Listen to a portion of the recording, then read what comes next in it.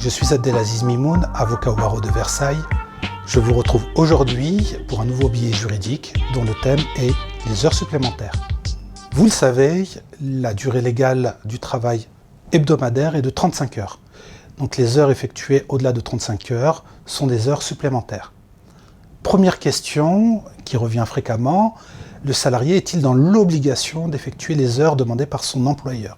La réponse est extrêmement simple, c'est oui. L'employeur, sous le bénéfice du pouvoir de direction, le lien de subordination, peut vous imposer la réalisation de ces heures au-delà de 35 heures. Néanmoins, la durée maximale hebdomadaire est de 48 heures. Donc de 35 à 48 heures, vous avez l'obligation d'effectuer ces heures-là. Au-delà, vous êtes en droit de refuser l'accomplissement des heures réclamées par votre employeur. Conséquence première de ces heures supplémentaires, c'est le paiement des majorations légales, 25% pour les 8 premières et 50% au-delà. Mais sachez néanmoins que certaines conventions collectives et des accords d'entreprise peuvent prévoir des majorations moins importantes sans descendre en deçà de 10% pour les heures supplémentaires.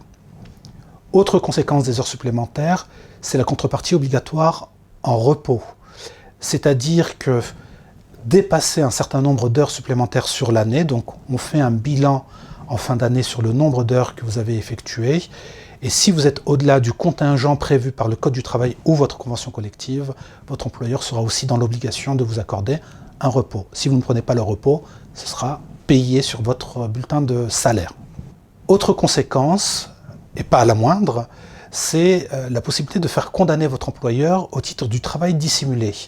Lorsque vous effectuez un nombre d'heures supplémentaires relativement important, on parle de plusieurs centaines d'heures supplémentaires par an, vous aurez la possibilité de solliciter du Conseil de prud'homme qu'il condamne votre employeur au titre du travail dissimulé à vous indemniser. L'indemnisation n'est pas négligeable puisque c'est 6 mois de rémunération brute à titre de dommages et intérêts relativement donc à cette dissimulation des heures réellement effectuées. Dernière information, toujours dans cette logique, c'est que le travail dissimulé constitue aussi une infraction pénale. Donc vous seriez en droit d'attraire votre employeur devant la juridiction pénale pour obtenir gain de cause au titre du travail dissimulé. Alors bien évidemment, ça nous conduit à la problématique de la preuve des heures supplémentaires.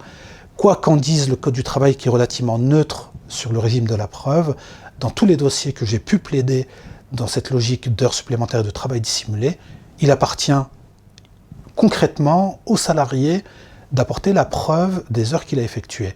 Donc je vous conseille vivement de noter au jour le jour. Donc vous notez la date, vous notez les horaires effectués, le nombre d'heures réalisées, ce qui vous permettra, avec l'aide de votre avocat, de quantifier les heures à vous rémunérer et d'envisager une condamnation de votre employeur au titre du travail dissimulé. Voilà, c'est tout pour aujourd'hui. Je vous donne rendez-vous la semaine prochaine pour un nouveau billet juridique avec le cabinet Mimoun Avocat.